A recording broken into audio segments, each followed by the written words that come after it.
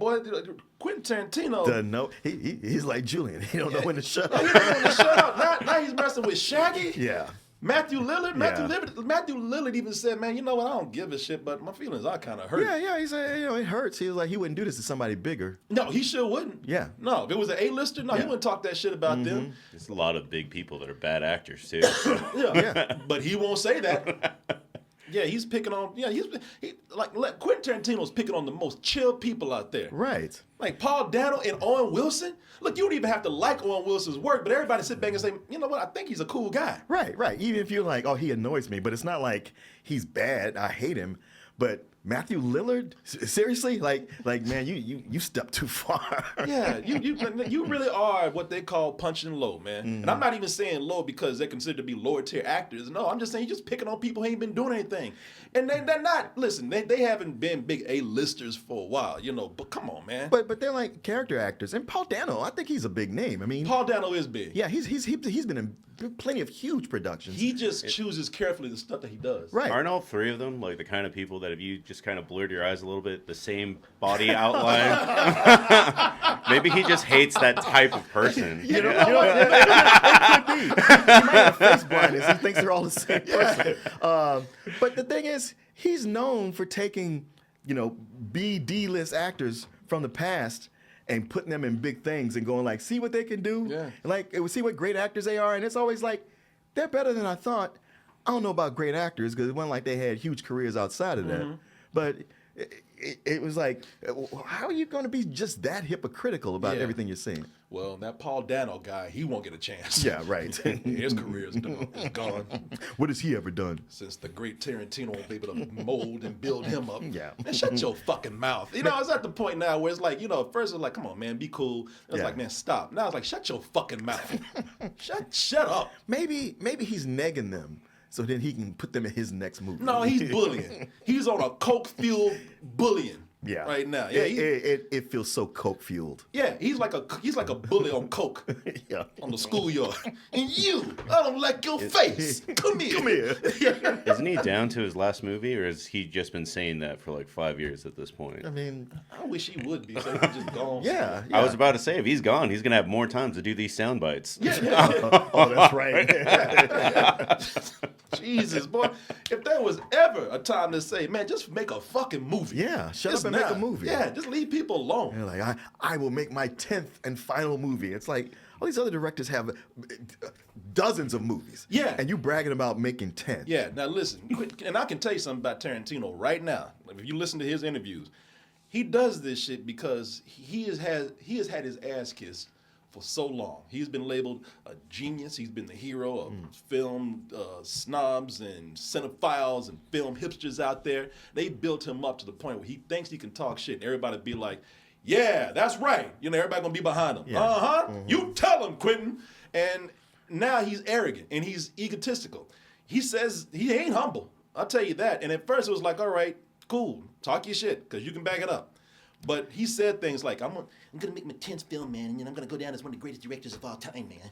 It was like, I saying that about himself. Stop here and go down as one of the greatest directors of all time. It's like, all right, wow, you gonna say that about yourself? I am one of the greatest directors of all time. Okay. Yeah, even Steven Seagal might be like, hey, buddy, just calm me down. Yeah, he has said this. You can look it up. I ain't got no Mandela effect going on with this. I know he said this, and it's like, all right. And I never said anything. I'm like, man, I never say anything like I'm important, and I've never said anything. I've held my tongue with it. But it's like, man, at this point, you were able to like say, yes, you made a lot of great films, and people will probably agree with you that you're one of the greatest, so or the GOAT or whatever. So we just gonna shut up. Now you're going from being a GOAT to jackass, just running your fucking mouth.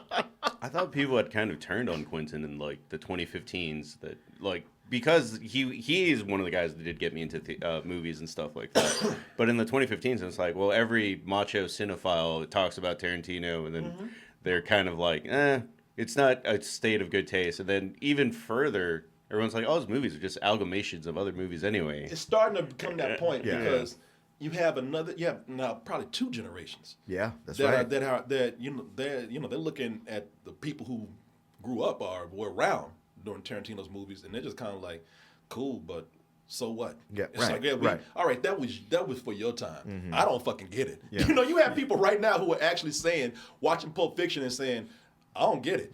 you know what I'm saying? You know, it's and every generation goes through that. So in other words, you know, shut the fuck up, man. I mean, really, you're one of those guys who you are very hypocritical because he went off and you're talking about these other actors who you feel in your mind can't fight back because in your mind they are lesser.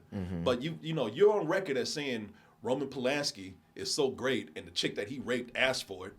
You know what I'm saying? Yeesh. Yeah, I think when he was on Howard Stern years ago. Now Yeah. he's come out and said I'm sorry. Uh-huh. Okay, I was talking crazy, but he did say one time it was like she was asking for it, man. You know, so Oh boy. yeah. So he's just like anybody else. Even if being as big and as revered as he is, man, he's still somebody who kisses ass. So yeah, fuck that dude, man. I mean, all it's going to take is another generation that looks at, say, Django Unchained and looks at that the way we look at Birth of a Nation, and just goes like, "This guy's awful, and I don't want anything to do with any of his movies." Oh, I can tell you it ain't gonna be that because hey, look, he's got a black hero in there. You know? Okay. Jamie Foxx is the hero, so it ain't gonna be no Birth of a Nation. Like, man, that's racist. You know, you're gonna have because you have a black guy killing racists. Yeah. It's just but After getting his ass beat. yeah. I Well, he mean- has to come back for revenge. Revenge. You are kind of right, though, that, I mean, his scorecard is not great in general when you count things like that. The amount of times that he said the N-word in Pulp Fiction. Yeah. And he's like, I wrote this for myself. Then didn't he get dragged by Bruce Lee's family, too? Yeah. Like, Yeah. he's got a lot of red ticks at this point. Yeah. Yeah, and his feeling is but it's cool and everybody loves it. But everything that's cool one day it ain't cool. One day, like you said, another generation comes along and they're like, we don't want no part of this. Yeah, exactly. Yeah, all the movies, I can tell you, there's plenty of movies that, and we just found out with Pulp Fiction. You know, Julian Green ain't wrong. He's just from Yeah. another generation. He looked at the movie, he looked at Pulp Fiction and said, I ain't never seen a Quentin Tarantino movie. And he looked at Pulp Fiction, he's like, yeah, it's all right. Yeah. I don't know what the fuck y'all saw. And I was like, I can't get mad at you, man. Yeah. Well, the way that movie takes place with the story jumping back and forth at that point was done pretty, like, it was an original idea almost. Oh. Now you see it in kids shows. Like, it's all over the place. Like, it's not new for people. So if they go back and watch Pulp Fiction, it's like... Yeah, not what- everybody can watch something older and recognize like, oh, this is the germ of that and Yeah. appreciate it. Yeah. So for some, they go like, oh yeah, but I've seen this before, and they're like, Yeah. yeah, I know, but all right, never mind, forget it. Yeah. Fuck off. It's just, man, as always, and maybe it's just me. It's my preference. I know y'all can't believe it coming from me, but I just respect people a lot more when they are humble and they just have, even when they criticize other people, Yeah. even if they roast other people, even if they're talking shit, there's some respect behind it. You know, and there's no respect behind that. It's just, you're just picking on people. Yeah.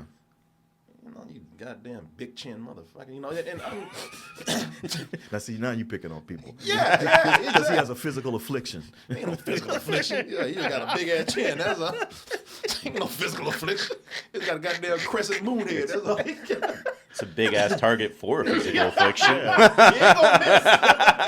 No, listen. Okay, that's low. Picking That on his is. chin and leaving his forehead around. Yeah, I know. And that's coming from. Hey, listen. I know coming from a big forehead and shit. I might have a crazy ass chin myself. But yeah, man. Listen, that's low. But I ain't sorry about it because he's punching low. But fuck it, man. You know, it's like, and also you're weird. You know, there's too much weird shit going on with you to be talking about other people. You know, you don't hear about Paul Dano, Matthew Lillard, Owen Wilson going around trying to suck on toes and everything. And like I said, we were talking about the same person, I think. Oh yeah. Yeah. I told you, I have a friend. She told me straight up before I even knew he had this foot fetish. She said, yeah, he loves feet. he wanted her feet like he's ordering a meal or something. I mean, I ain't kink shaming, you know. No, I'm not. Feet can be pretty. Man, for him, I know. that you put it in movies, focusing on toes, you know, it's like, come on, man. Yeah, I ain't king shaming, but shit, some shit you can keep to yourself. Keep to yourself. Or, no, cool. You know what? People be like, man, all right, so he likes feet if he was leaving other people alone. But now you want to talk about other people I know. and make fun of other people and go after other people. Let's talk about your weird shit. I'm sorry, it is over the top. Anyway.